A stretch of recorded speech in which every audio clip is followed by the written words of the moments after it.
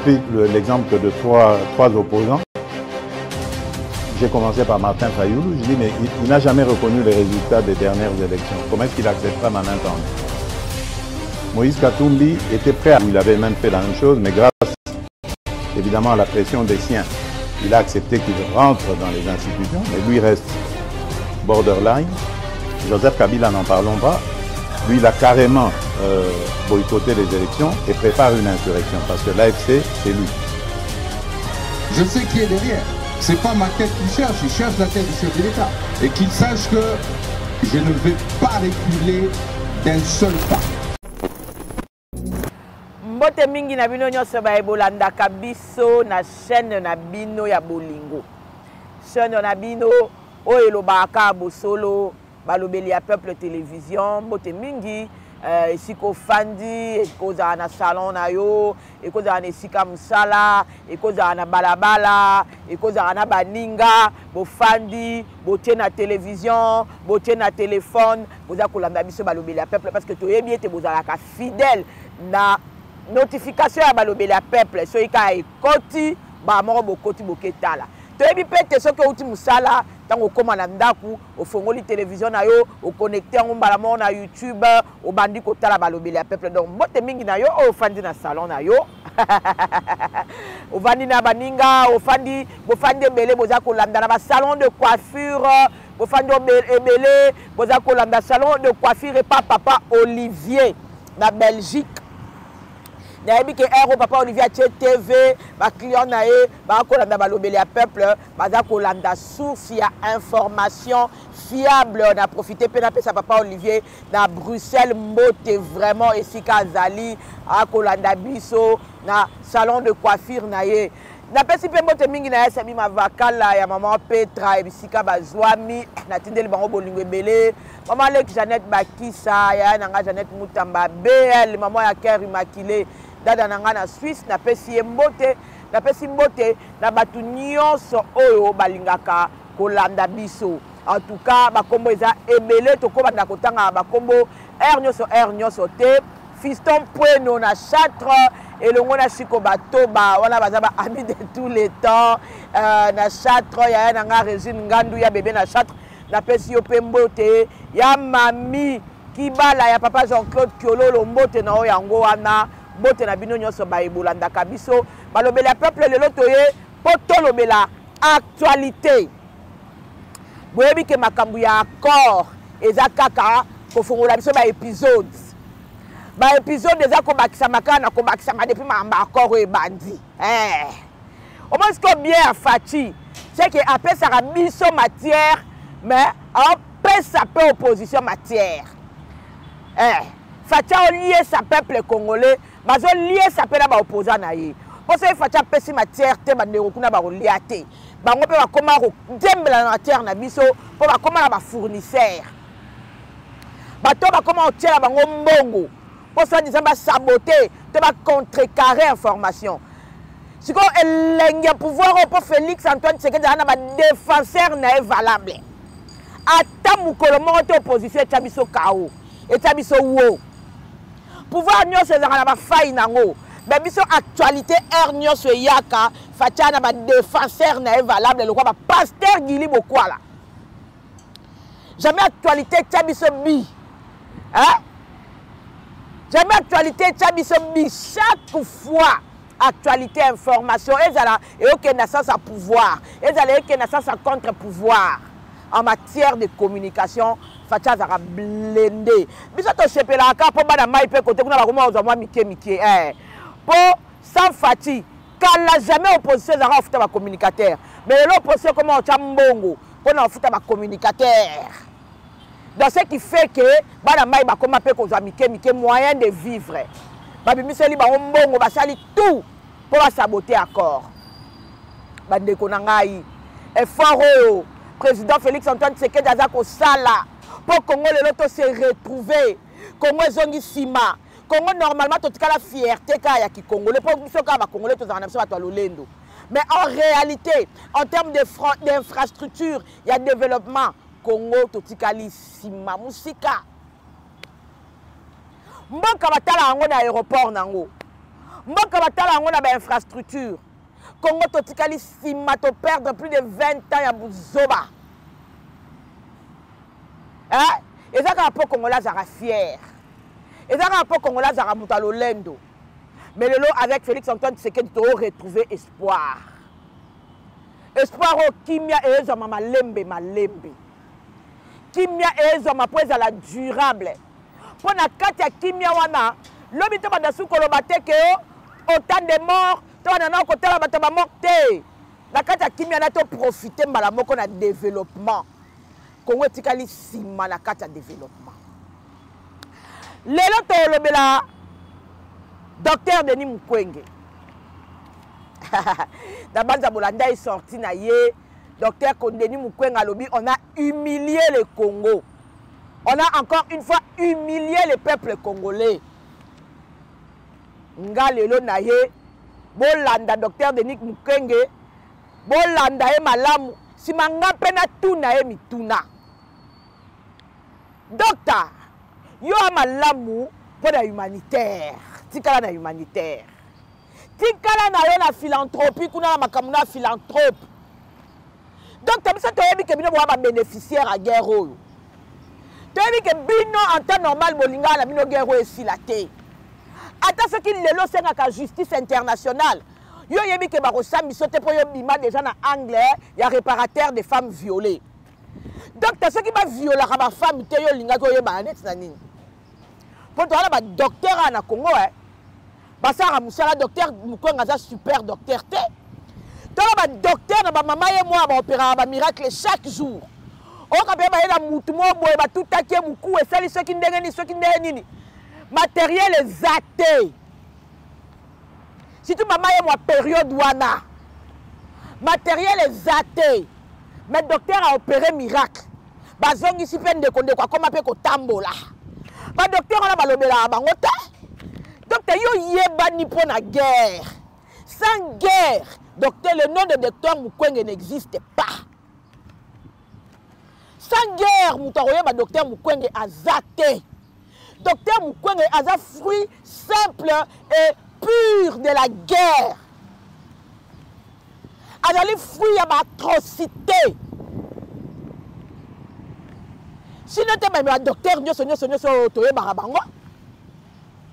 Alors que Pessi Mukwege courage et côté na politique parce qu'elle a les fruits à guerre, elle a les fruits à occupation, elle a les fruits à atrocité.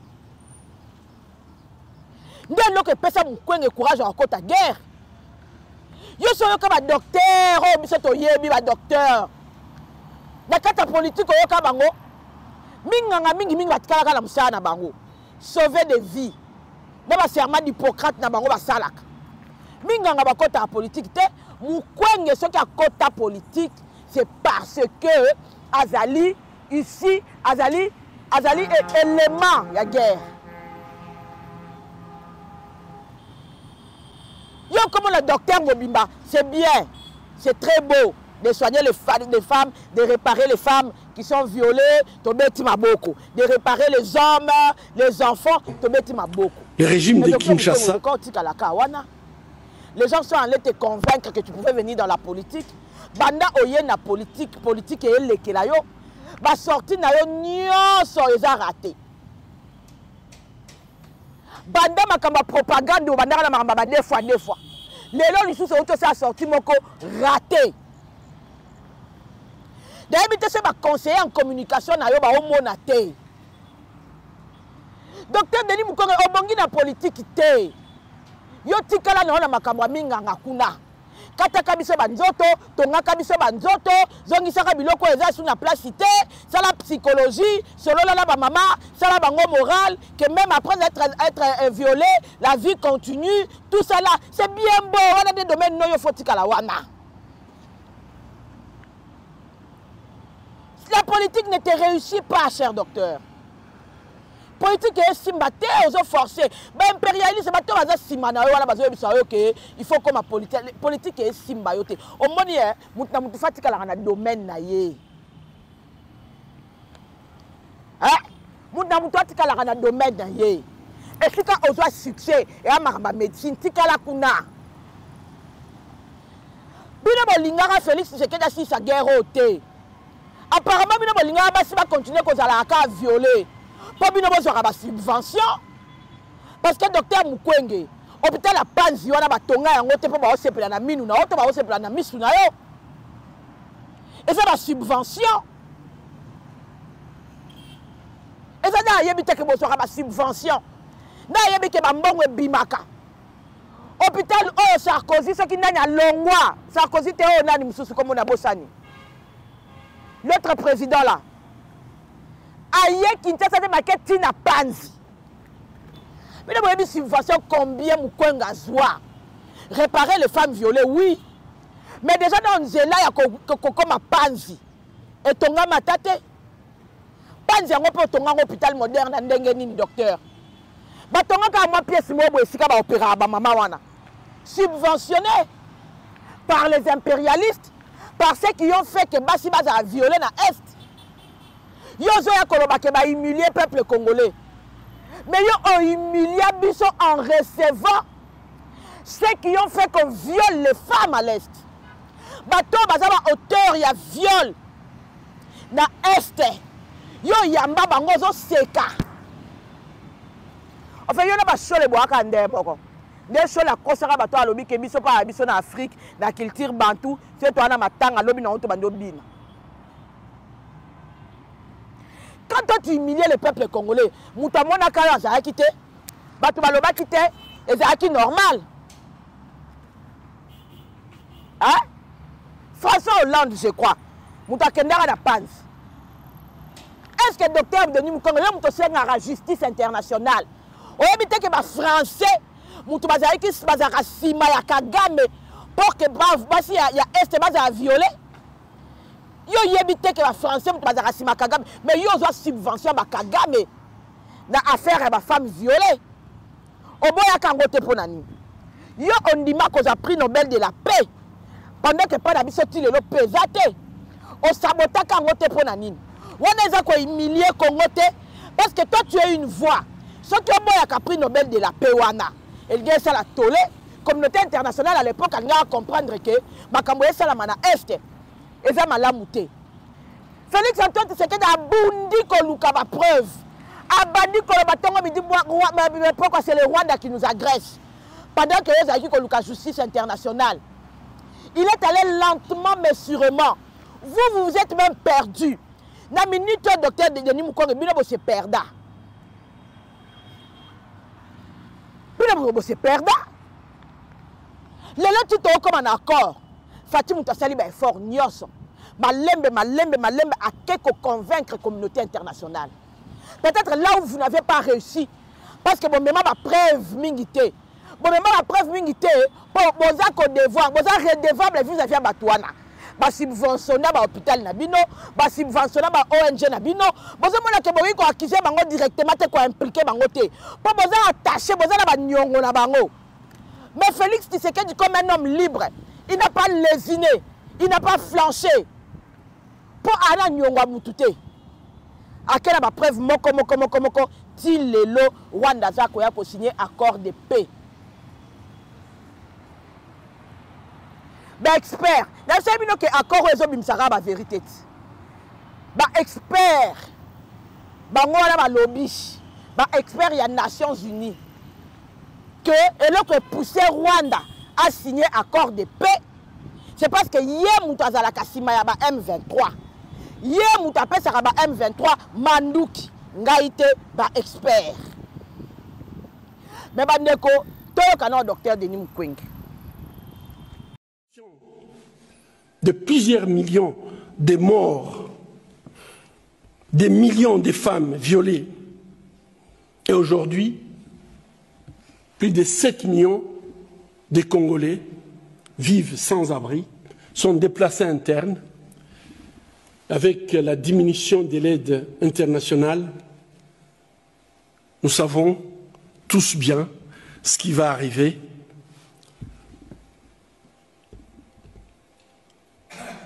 À ses compatriotes. Mesdames et messieurs, le scandale ne s'arrête pas ici, car cet accord de paix, animé par une logique transactionnel comporte aussi des dispositions pour accélérer une intégration économique régionale, se basant notamment sur une cogestion des ressources naturelles du Congo avec le Rwanda. Un État agresseur à la base du pillage systématique des ressources minières depuis 30 ans. Désormais, ils vont le faire officiellement.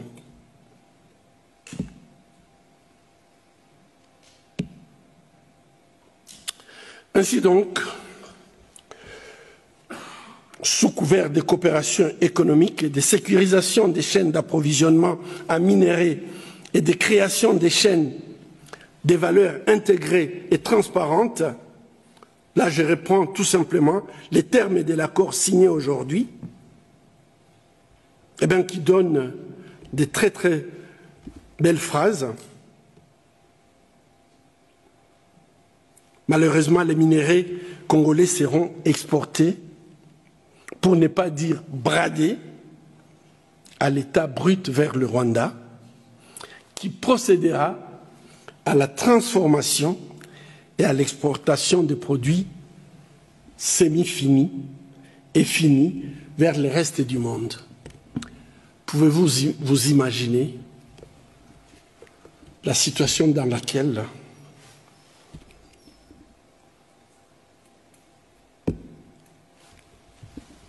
la population congolaise est humiliée? Docteur Denis Mukwege Bouti Kolanda Yekuna, à l'OBI, on vient d'humilier le peuple congolais. Ah! Docteur, notre personne conseil à Yotika nous na Makambaki Munganga.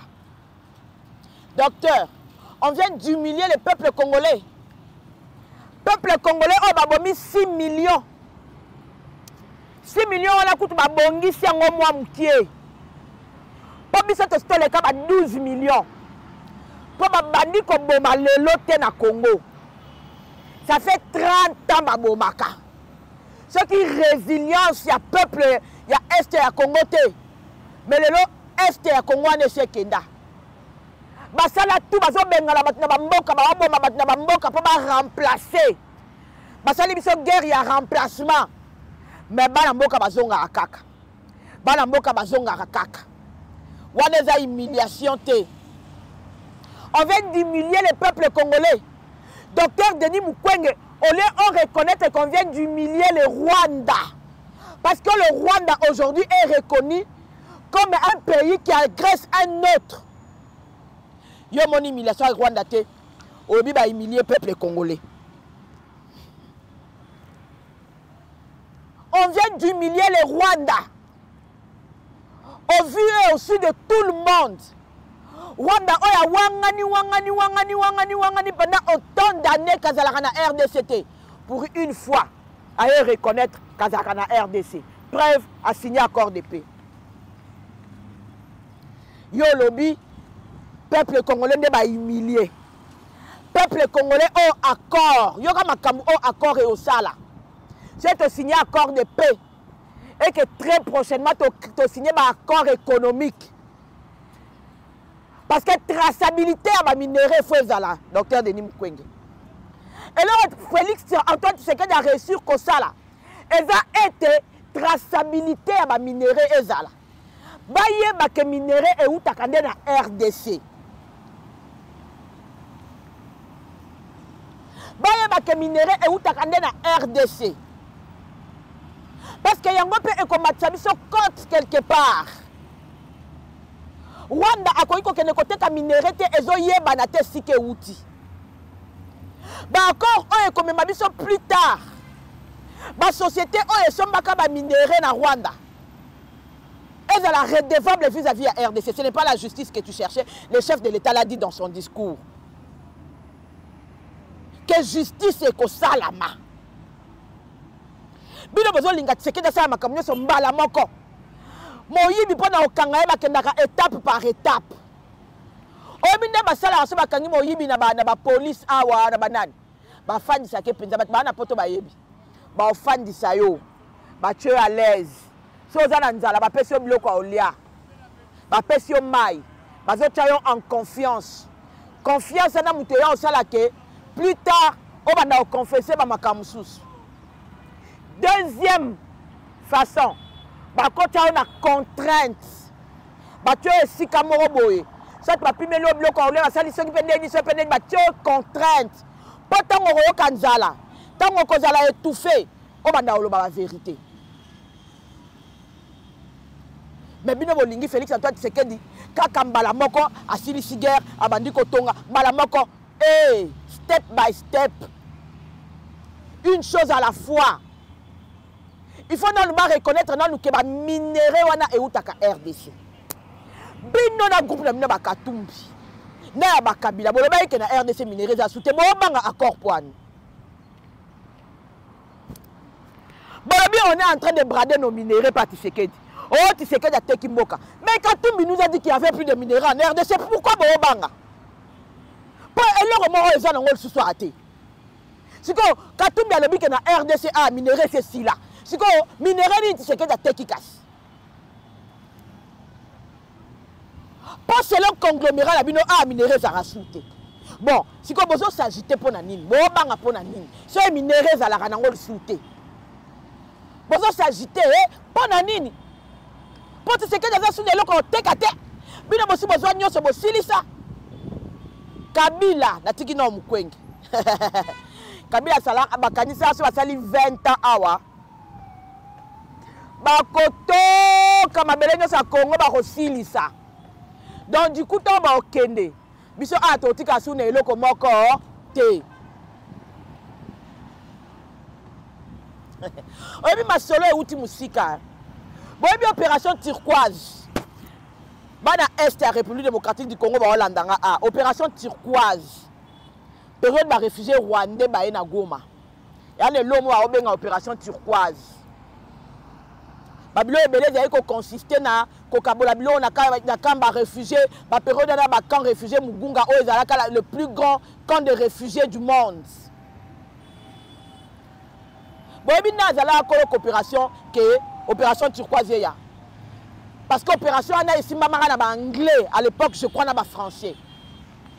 Boyebi na ya zalaka auteur na Nicolo Cop ya opération turquoise. Parce que les organismes internationaux, tant bayaka na masangu, bayaka na baloso, kokaba, boyeba ke eza pe na bisika ba somba yango. Et ana bilanga ya nudité, et ana bilanga ya pamte. Parce que la kanchaka ke ba donateur mutu ba pesaka. Mais même donateur pour pesa fa somba ngo quelque part, donc ils ala cop. Boyebi na zalaka na cop, auteur ya cop ya opération turquoise. Ouais, ça la kutuke. Dans place à Babiloko à Kolia, bato bazao kanchake ba carton ezo ya ba carton ba kisi, ba carton biloko roya, de réveiller ba carton ba arme na kati. Boyebi nani azalaka kolo kopwana. Katebe Katoto, grand frère ya Moïse Katumbi. Bon mon esika mambo e bandi Bon mon esika makambo e bandi cop e bandi utakala. Katebe Katoto. De moutakena ko convaincre reine d'Angleterre à l'époque, c'est qui est premier ministre d'Angleterre à l'époque, que va s'impliquer dans ma génocide rwandais wana. Que copie ya bitumba ya batusi wana ya ko koma lelo et koma guerre ya RDC. Katebe Katoto. Mutasala lobbying wana. Katebe Katoto. Si le reste comme la guerre mobo ici la raté, batbarana cop wana ya première heure, batali bosso babandara cop wana. Que guerre a aussi la té, Katebe Katoto. Il semblerait que à côté de la guerre, il y a qu'on fournir M23 armes, il y a qu'on teke la bango pour y coopérer.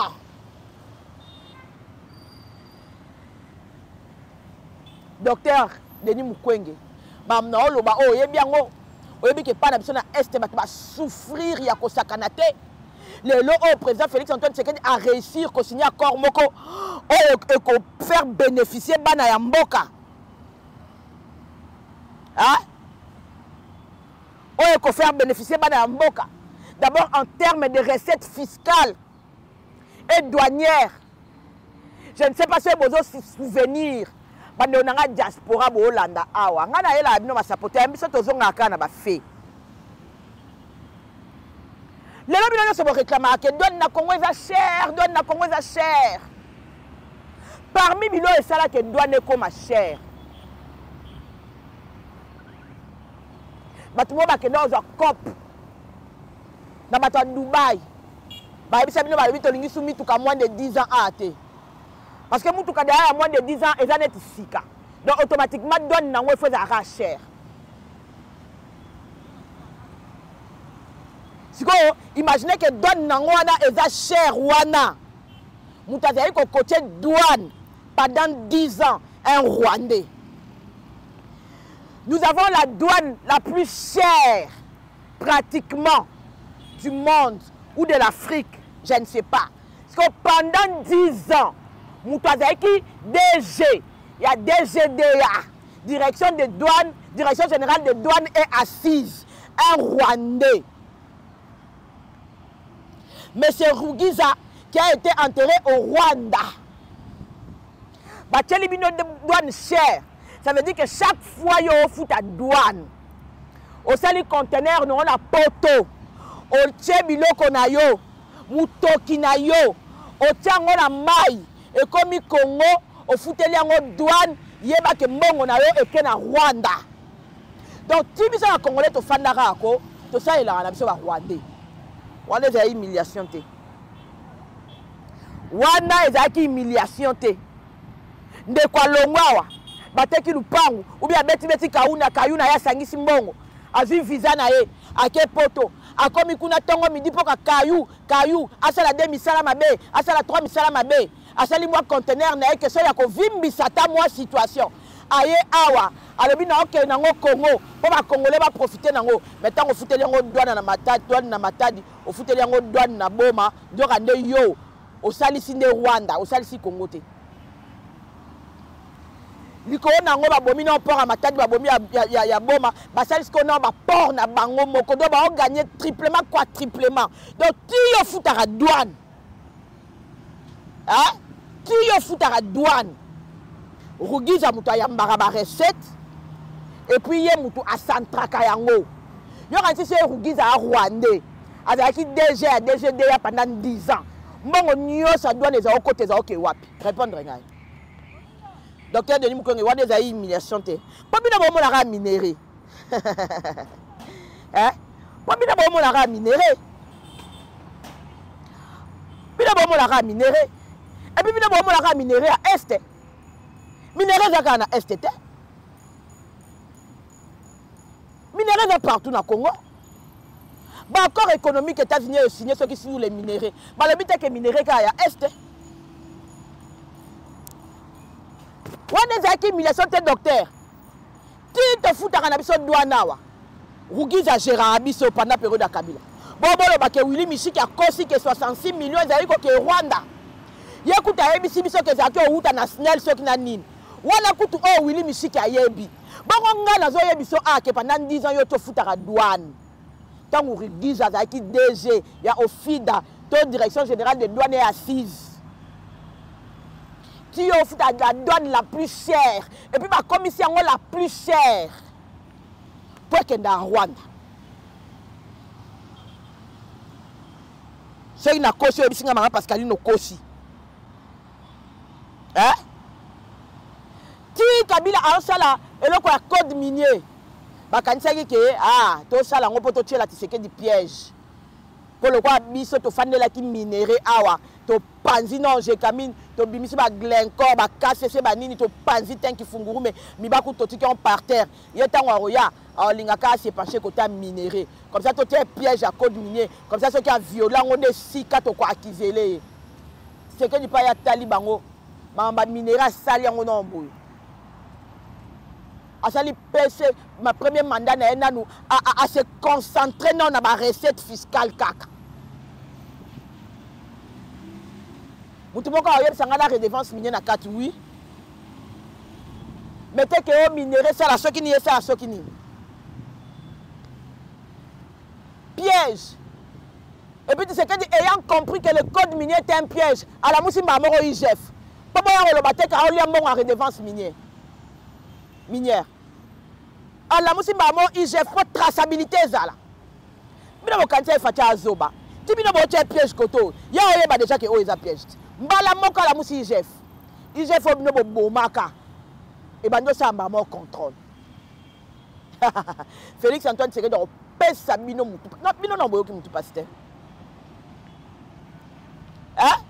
Parce que au lieu de zongi, on imagine que le conteneur nous en 2013, 2014, 2015. Hein? Mon réseau que Rwanda. Donc tu as un fort au Kansa, on a aidé Congo, on a aidé dans Rwanda. Au zongi, hein? Docteur Denis Mukwege, accord à part fiscalité, à part douane, et comme même la création d'emplois. Même la bénéficiaire, il y a création d'emplois. Et les autochtones, la population, la zone où on créé la société, l'entreprise. Donc, il y a la population en réparation. Donc, docteur Denis Mukwege, il y a une réparation et comme perpétuelle. Donc, il y a la tête de ba mama wana yo linga kaka ba ya ka wana yo ndo kabela ka bango monga commerce ba filima kayo ndenge yo dozo sunga batu mais fatia lobi ole ke yo kabela bango lokwa ONG mieux vaut ba entreprise ya ba mama wana bazwa misala ba papa wana bazwa misala so humiliation oyo mon humiliation et va à quel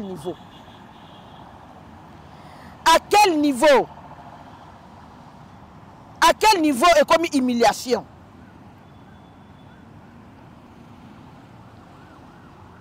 Bah investiture en infrastructure. Bah ton la société. Bah lukaba ton ba kamba travailleur n'est expliquer ma kambo. Développement local, renforcement des capacités. Bah former batuna misala wana. Certainement mingi aux misala ta ba ma machine oyo biso tozana on accès na ngote. Et ça fait que mboka ezo se développer. Docteur Denis Mukwege a habité, on a humilié les peuples. On a bradé les minéraux parce que les matières premières vont commencer à quitter ici à l'état brut. Bon, on y évite que la traçabilité en matière brute est important. Il faut que si les minéraux sont pour éviter que les experts en Nations Unies que Rwanda a soutenu M23 aujourd'hui a approuvé. Pour éviter que les receleurs à place se retrouver à ce minéraux moroboye, éviter exactement ce que vous avez. Il faut éviter que la traçabilité en matière première est important. Dans le développement de l'homme Docteur Denis Mukwege, zonga la marambaki monganga, pardon. Zonga la marambaki monganga. Après ma femme a réparé ba aussi là. Hein? Zonga la gynécologie, la chirurgie kuna et simbarayo. C'est ça ton domaine de prédilection, tika la kuna. Tika la politique ba politique parce que la politique ne te va pas et simbayo te. Batela moi respect ba tu ba pe sakayo. Tu es un grand homme dans ce pays. Moi respect, moi honneur tozo pe sayo na batela yango. On est obligé de comme un politicien, ce n'est pas une obligation, on est obligé de. Et si on a posé bien. Dans les experts, il y a les Nations Unies, on va faire découvrir accord, nous avons un accord à Facho. Accord, Makambeza Kosala. Aïe. Rapport moko ya expert et bimia banda tongo ba attester que c'est le Rwanda mutu appelé Sakaba M23 Mandoki. D'ailleurs pour cela Corneille Nanga est en difficulté.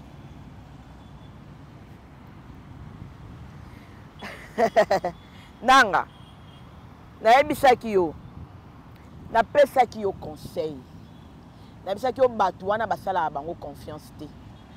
Na ebisaki yo bakoboma yo au monde déjà babando lukela ba kwak babando lukela o de ba raison ko ke roboma yo nyonso yango wana ba lukela de ba raison lobi ba yo yebiso ke ba yo yebisa biso ke o midiembi kaki ba omoni masasu ngandu basala ka epeka aboy qui ça c'est basala ka eka aboy ba lukela bango ba raison oh azo luka a tenté vie à musée bo ma vie à musée Joseph Kabila qui n'a pas sa musée que Massa Sozo Luka Bomayo. Il semblerait c'est comme ça que le musée donna l'ordre. Batinda c'est une kisanga neska que na okufa na mbiscade. Ba comme Lukelo déjà ba raison Corneille Nanga. To pesa ki yo conseil moyo kakate.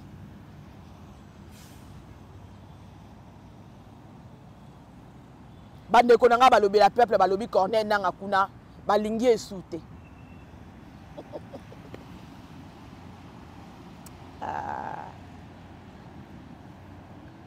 Comment tu batanga bako se distinguer na buzoba boy na kibuki zengi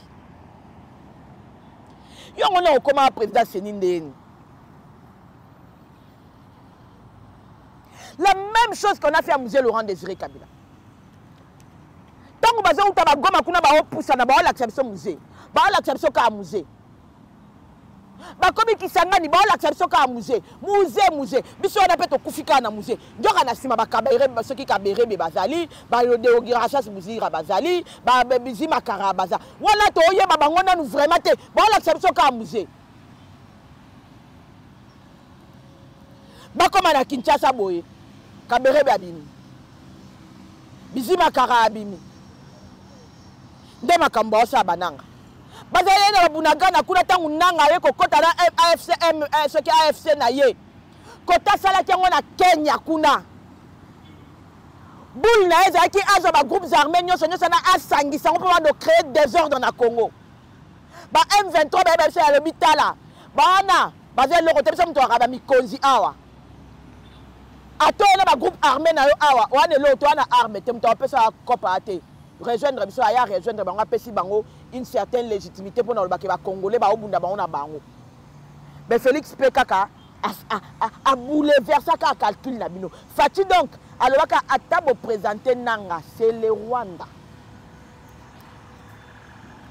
nanga se retrouver na M23 qui bazo poussa na kuna tout le monde a ka nanga ba comment on l'a tissé tenni a commencé qui cordon ba Henri Magé paille tangu ba komi na Goma ero kabola ba poste ba bibisi bat na bango to yeba kité bato ba koma ba gouverneur lelo yo na bunagano yeba yebango tomba opusa na baoza ba moka songo paka yeba yebango to yeba yebango te toka ba komi na Goma nanga lisute ba bimisi be elema na bango nanga kutoko batake bazali ko bombela ki président de la République bon bongo ba Henri Magé bongo ba Tisola ata chef de quartier ba pesi bangote mettons bazali ko poussa na poto ba keza ba congolais bangonde bazako bimisa mitu mettons comme ba zi soit disant ba Goma na ba Bukavu ba pesi kaka bana na bango même stratégie kandi basala na musi ba komi Kinshasa ba bimisi ka barebe ba bimisi bisi makara mettons bazali ko poussa na toye baraté et malheureusement musée s'est réveillé en retard. Lelo balobi nanga lisute AFC M23 kuna selon ba expert ya Nations Unies ba expert ya Nations Unies babi mbutu ya kuna ba risquer ba kabwana Rwanda elobi bango fo bazongisa Laurent Kunda et puis nanga balobi azana ba ambition démesurée babi bango boule na bango zena na ba koma Kinshasa te bazali na ba limite na bango ba michela na bango bazali na bango na ida comme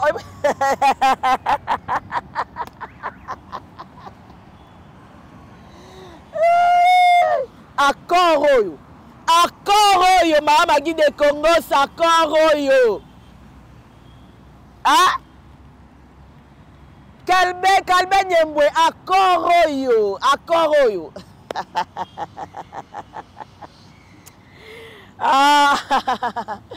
Na profiter pour appeler ça, na souhaiter bonne guérison à Dan Marshall. Dan Marshall, na appelle ça Pembote, na président Tony Chico Kankou. Adesco Oye. Adesco Viva. Encore yo. Ba rebelle ou ba Rwandais ba le bien. Ba ba zali na ba on intention ya Kinshasa te. Nanga ne ba posa na ele kaki. Ya comme komona ba mo Kinshasa. Ba ba zali na ba on besoin ba suka ka kuna.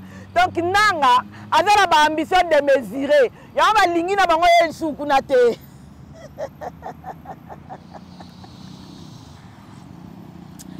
Ah, erango dalela pasteur Gili Bokwala. On peut se la ngai nanga conseil. Babi Laurent Kunda Fazonga. Vous vous rappelez de Laurent Kunda? Ouais, il y a qu'un Afdel. Et puis, on a un point commun, Moko. Laurent Kunda, Sultan Imakenga, James Kabarebe, Joseph Kabila, Kagame, on a un point commun, Moko. On tout. On a un FPR, Fonds patriotique rwandais. Et ça, faut ya ba rebelle o ba bundi saka biarimana bango nyonso ba utana FPR do ba ba masuwa ya lelo tesco tala histoire FPR eza avant 1994 bazara na ba aznini bango tout ba uta côté moko et puis Laurent Kunda azaka défenseur ya ba tous selon ce qu'on explique donc bango nyonso ba na but moko bango nyonso défense na bango ezali royaume ima tous. Des objectifs parce que Kabila outa FPR, Kagame Azala na FPR, Laurent Kunda outa FPR, Kabare Bazala na FPR, bango no ce point commun FPR. Est-ce que bakoki kozala lelo na ba objectif différent? Batu ba passer bo moi ne sika moko to le babo jeunesse. Ça veut dire bango ne bazala ba 14 ans, 13 ans, 15 ans, 16 ans, 17 ans. Pendant 94 de bazo kwesha biarimana. Mais bah yeba na 94 te basa batu ba yeba na ba 89 na côté ba utaka na FPR na bango kuna na Uganda Kunda bato repa uta Laurent Kunda uta FPR azalaka na kata AFDEL na 98 aye dans le musée a tomokeli bango awa a créé RCD Goma.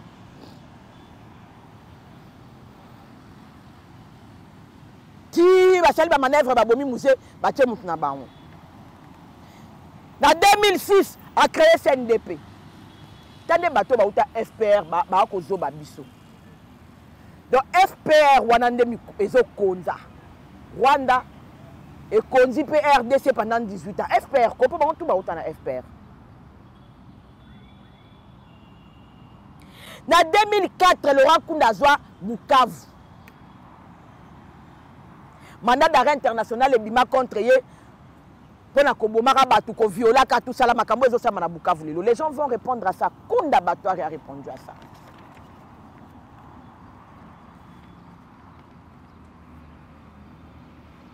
Na Rwanda ti lelo ba livra été. Dans des toyo basculer toyo comme na ba M23. Ba on paye entreprise, on quand des entreprises de la ration est tombé faillite et changer combo pour foutre Batoire na te échanger combo. Quand ndenge tozalara ana ba Celtel et comme ceux qui Airtel et comme ceux qui nini na bossa ni kutu. Tigo et comme ceux qui Orange. Quand ndé ba on va fonctionner. Même loko ba changer ka ba combo. Lelo yo Rwanda na Uganda il paraîtrait ba se pelaté. Ce qui peut ba kabwani, ce qui peut ba zo yo kanateo. Selon ba expert Corneille Nanga zonga pour ya ozo coordination. Mino boloba ba oyo libérer ba congolais. Pero Loire a fandi abi ba espoir na bango bazaki ba tchaki na maboko ya Nanga. Babika depuis Joseph Kabila yana Goma. Yende mutaye ko semer trouble.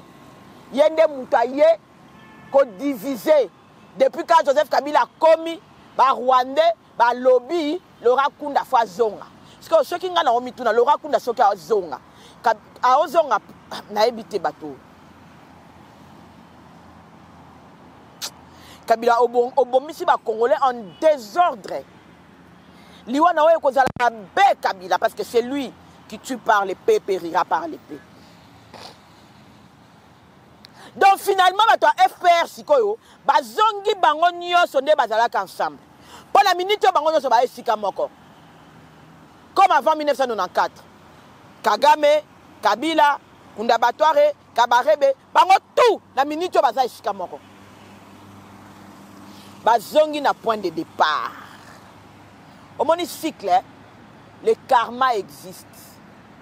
Bah, zongi na point de départ, pas pour fêter leur victoire, mais pour étudier encore leur énième échec sur la RDC. Bazongi na point de départ, pas pour célébrer une victoire. Pendant que tu as pour là. Mais 30 ans après, tu police ou ndeni. Mais 30 ans après, tu as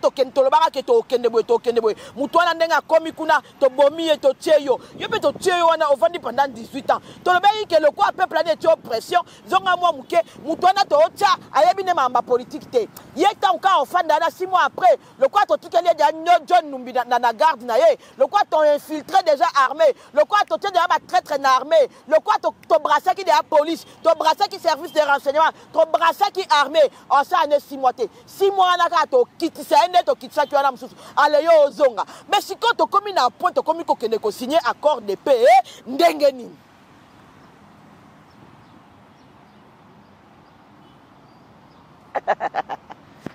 Ah, Pascaline Kassongo, Congolais afin de réfléchir ça a été. Congolais Zakakaba, Atekimboka. Atekimboka, Félix Sekedi Atekimboka, Félix Sekedi Atekimboka. Tout ce que la rende bozima ba 200 ba 300 ba pesibino wana pour ça communication. Mais tel en réalité ce qui se passe. Chaque boutou Kabere beso ba fana Kabila. Ba talani ba lobby. Même si tu as qui sûr que 6 mois c'est beaucoup mutoto kitise. Mais yo fala ozonga. Hein? Mais mouton peut se tenir pression fala ozonga. Donc atiba yako kota wana Willy ce qui ngoma zolo balobi si c'est que d'ailleurs ça biso na Kinshasa to fanda 14 mois na ba hôtel il y a bien tout ça là. Mais boya ka pobo lande la corne bino en 2009 na 2013. Si c'est que da bengi sara bino pour la cabine l'autre. Bino bozara na ba corne bino a o bino bolingara ke e continuer là si c'est que ndé aboya na ye.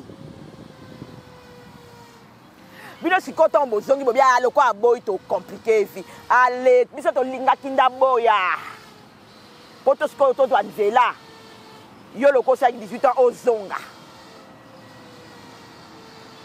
6 mois les qui une année les qui 2 ans 3 ans 4 ans to remis 4e année ba monique pression chantage à guerre et simbate ba sangani liboke na ba katumbi ote mauvaise gestion détournement la bazonyo ko la peuple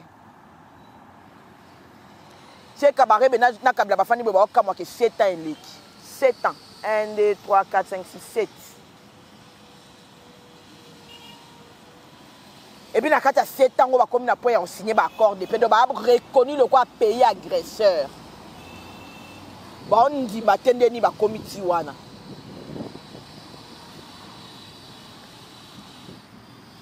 Désengagement. Et on a la Joseph Mbezaya a fait sa signification désengagement. Et puis les États-Unis sont impliqués. On va désengager les militaires rwandais qui sont à l'est de la République démocratique du Congo. Pour passer sa substance, il y a des groupes armés. Mais quand si Trump c'est ma sécu. Bon, l'excellent mandat n'est pas le échoué sur le plan international. Donc, nanga kuna balingi elisute. Na lingi to landa na vidéo moya Vital Kamerhe, musu payé. Vital Kamerhe. Vidéo oyo eza ya kala.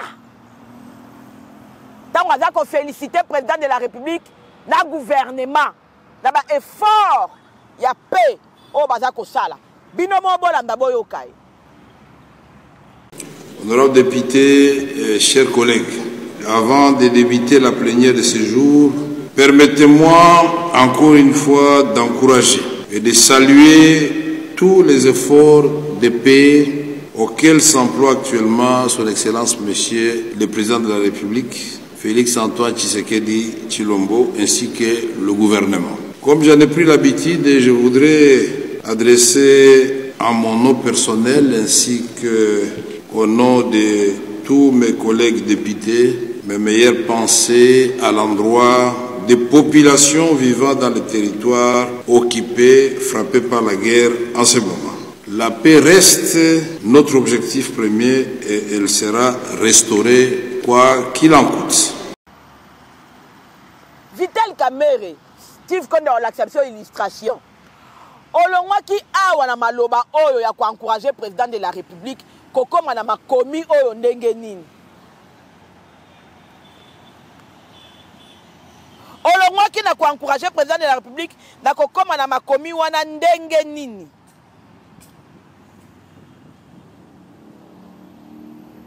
Oh, nous ne pouvons pas accepter qu'un accord soit aussi crucial, soit négocié et signé. Vital Kamerhe, ce n'est pas pour rien que l'article 213 a existé, a été cité avant l'article 214. Au moins, on a tout dans la est-ce que vous préparez la plénière? Tout le monde au fan de sentiment bando lobisayo. Aujourd'hui, l'Assemblée nationale a quand même représentation du peuple. Il fallait qu'il y ait les canons, nous, l'Assemblée nationale, pour le peuple, tout ça là. Mais Vital Kamerhe, le président de la République, il est la représentation du peuple aussi. Il a été voté à 73%.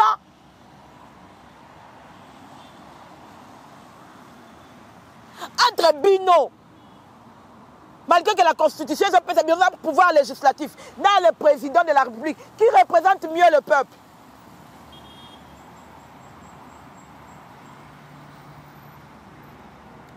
C'est comme ça qu'on a pensé, avant de parler de l'Assemblée nationale, on a d'abord pensé à l'article 213 de parler du président, parce que c'est lui qui représente mieux le peuple.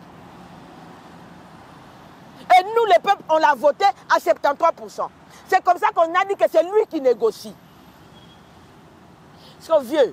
Au teki na maloba ya kitoko oya okoma na makomi oyo na ndengeni.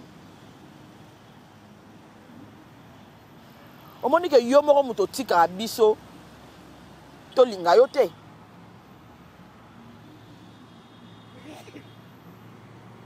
Ou bien vieux au perdre, au se retrouver sous-té.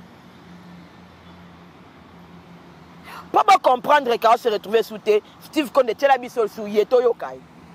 Si ça pouvait se limiter là, c'est bon. Mais il y en a qui ont écrit au président de la République non, non, non, on est en train de vous trahir, on en va à l'encontre de vos orientations, alors que la lettre a été lue ici devant vous. Qu'est-ce que nous cherchons dans la vie quand vous voulez faire du mal aux autres? De façon délibérée. J'ai déjà souffert comme ça dans ma vie. Je ne vais pas vous énumérer toute la souffrance que j'ai endurée. Je ne crois pas que 10 parmi vous allaient accepter encore de travailler après ce que moi je connais. Je l'ai fait par amour pour mon pays, je l'ai fait par amour et par amitié et par loyauté pour le président de la République. Et si les gens ne voient pas ça, Dieu le voit. Merci.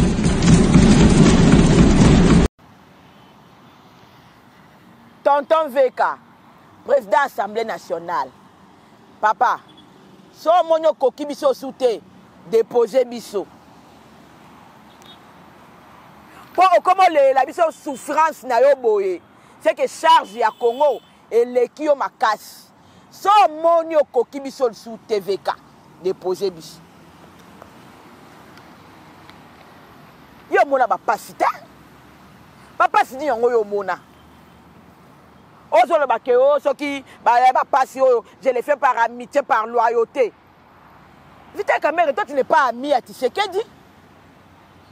Tu n'es pas ami à Félix-Antoine Tshisekedi. Moi, ma camarade n'a circonstance ni. Beaucoup de gens ont politique. Et puis, dans la politique, il y a trahison. Pour on se retrouver. Mais ça t'a supposé que tu étais peut-être l'œil. Il y a Batouana, il y a Fatih, pour moi, il y a Fatih au Sala. Il y a 6 mois. Est-ce que devons-nous supposer que parmi les bateaux, qui peut mener à Fatih, pour quoi ici, pour voir Zonga, il y a posé la Kati. Pour te comprendre un peu motivation, pour on se retrouver dans Genève.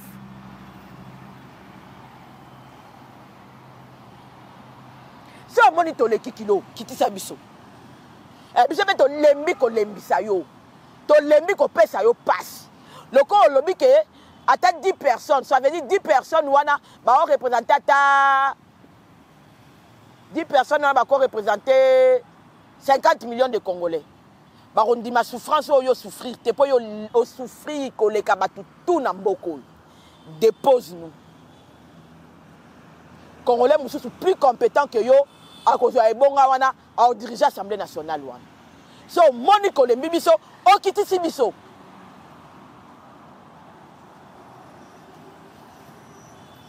Pona silisa. Dalingina talisa bino likambo. Mon représentant de la République ayambaki donation Soles et compagnie. Ayebisa ki bango abifo ba code ça peut bandeko ya bande comme église de réveil, il y a une confession religieuse. Et puis, on a vendu dans la réflexion, mais abbé Sol est vraiment. Hein. Il y a autant de gens qui me se la bende pendant 16 ans, au commis me se la bêti, au matin, au commis peu mon Seigneur. Pour comment expliquer? Moutou, il y a un pacte social, ce qui pour la République. Alors, les politiciens, c'est qu'ils font des sikamoko ba yokana. Balobi cohésion nationale, il faut être dans l'interne. Yemoko azo yokana na bandeko na ba religieux te. Yemoko a exclure ma confession religieuse moussous. Mais ya linga ya côté ya biso unité Steve Condé. Yemoko na ba église de réveil ba yokana te. Malobi ke Tshisekedi faut yokana na ba Kabila. Tshisekedi faut yokana na ba Katumbi. Mais yé moko na ba pasteur de Dokamba alingi bangote. Ali comme la bande comme musulman te. Ali comme la confession religieuse mususu te. Mais yé nda linga ya rote ya biso ke ba politicien il faut pas faire de sika moko ba yokan. Est-ce que ça a un sens? De yo lingo fan ba politicien ba yokan. Mais yo na dodo kamba botanga na ba kombote bo mona na bilongité. Yango le moni Félix Antoine Tshisekedi amaye le koleka bino yango ayebisa ki alobi olingi ngana yoka na Kabila olingi yoka na Katumbi yo pe banana oyoka na Dodo Kamba banana okobengisa ejiba ya mapia banana okobebisa baba mwalimu ba musulman bo fanda bo sala esika moko soki bino bo boyi ko sala na ba confession religieuse mususu alors ne venez pas nous présenter votre pacte social ce qui de nini ezalaka te. C'est maman Pascaline a eu koloba boroba na tukimut. Est-ce que na tukimut? Est-ce que ma kamna lobi za un sens te? Yo zo yo kana ba ninga te, mais koto yo ndo lingo te ato yo kana na Rwanda. Yo na Rwanda na yo ejiba me pa bozo yo kana te.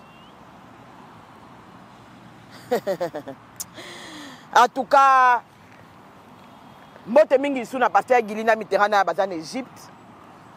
To banza que dans les jours qui viennent ils vont regagner Kinshasa pour continuer ko pesa biso ka ba information ndenge ba pesa ka biso ba information. Mais na linga ki Steve Condé avant to kitato silisa otela biso na photo Joseph Kabila lati veste. Moi sina lobaka abiye mutayaka oye kolisa biso kolata veste. Entre Joseph Kabila et lelo oyo Congo ye kolisi kolata veste. Na oyo ayaka na 2001 alati veste maboko eleki milai. Banani ba ye kolisi moninga kolata veste. Steve Condé na tikeli balobe la peuple ba juger.